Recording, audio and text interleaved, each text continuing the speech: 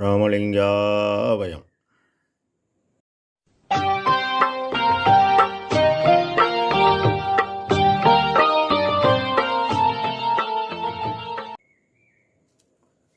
அருட்பெரும் ஜோதி அருட்பெரும் ஜோதி தனிப்பெரும் கருணை அருட்பெரும் ஜோதி. எல்லா உயிர்களும் இன்புற்று வாழ்க, வள்ளல் மலரடி வாழ்க வாழ்க. திருச்சிற்றம்பலம். அருட்பெருஞ்சோதி ஆண்டவரின் பரிபூர்ண அருளை அன்னவரையத்தால் பெற்ற அருட்பிரகாசம் பெருமானின் திருவடிகளை மனமொழிமையால் போற்றி பணிகின்றேன் தயவுடன். நாம் செய்த செயலின் விளைவாக இன்பதுன்ப அனுபவங்கள் யாவும் வந்து கொண்டே உள்ளது. அவ்வாறு வருகின்ற துன்பம் யாவும் பொறுத்து எல்லா உயிரும் இன்பமாக வாழ எண்ணி நாம் செயல்பட்டாலே நமக்கு ஆன்மலாபம் கூடும். 30/7/2026 அன்று நாம் பெருவழிக்காக தொடர்ந்த வழக்கை, அதாவது 100 கோடியில் சர்வதேச மையம் பெருவழியில் உள்ளே கட்டுவதன் என்பதை எதிர்த்து சர்வதேச மையத்தை வெளியில் கட்டுங்கள் என்று போராடினோம். அதன் விளைவாக இப்பொழுது வந்துள்ள தாவே காட்சி சர்வதேச மையத்தை கட்டும் முயற்சியை நாங்கள் கைவிடுகிறோம் என்று கூறி உயர்நீதிமன்றத்தில் தாக்கல் செய்தவுடன் உயர்நீதிமன்றத்தில் 71 ஏக்கர் பரப்பளவை சுற்றி வேலி அமைத்து அதை பாதுகாருங்கள், மேலும் கட்ட வேண்டியது எல்லாம் வெளியில் கட்டுங்கள் என்று கூறி நேற்று உத்தரவானது. இது ஒரு மிகவும் நன்னாள். நம் பெருமான் அருளே உணர்த்த அறிந்து கொண்டேன், அடுத்த தருணம் இது என்று இருளே தொலைத்து இடரணைத்து எனக்கு விட்டு அகன்ற ஒளிந்தனவால் தெருளே சிற்றம்பலத்தாடும் சிவமே, எல்லாம் செய்ய வல்ல பொருளே, இனி நான் வீழ்து போன் போக்க மாட்டேன் கண்டாய் என்கின்றார். இந்த பேராற்றலை ஞான சமரசுத்த சன்மார்க்க சங்க சத்திய சாதுக்கள் பெற படிப்படியாக தன் இறைய அனுபவத்தை கூறி வருகிறார்.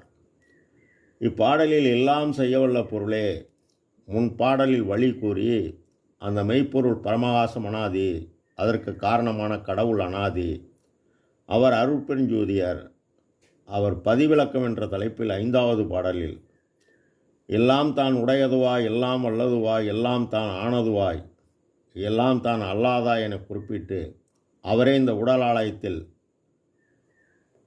அண்டமாகிய தலை உள் சிற்சபை உள்ளே எல்லா உயிரிலும் நீக்கமர நிறைந்துள்ளார் என மகாதேவ மாலை முதற்பாடலில் உலகநிலை முழுதாகி ஆங்காங்குள்ள உயிராகி உயிருக்கு உயிராம் ஒளி தானாகி என பதிவு செய்கிறார்.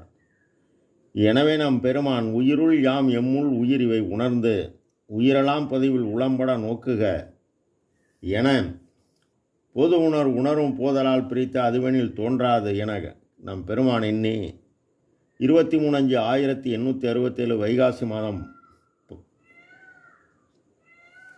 வைகாசி மாதம் வியாழன் அன்று சத்திய தர்மசாலை நிறுவி அன்றே 3 வேளையும் உணவு வழங்கி அன்று முதல் இன்று வரை கோடான கோடி ஏழைகளுக்கு அன்னவரயம் செய்கிறார். இறைவன் பொது, ஆன்மா பொது, பசி பொது. பசி என்பது ஜீவர்களுக்கு இறைவனால் வழங்கப்பட்ட உபகார கருவி. எனவே பசி நீக்கல் என்பது பரோபகார செயல். பரோபகாரம் செய்ய செய்ய ஐயாவுக்கு ஆற்றல் கொடுக்கிறது.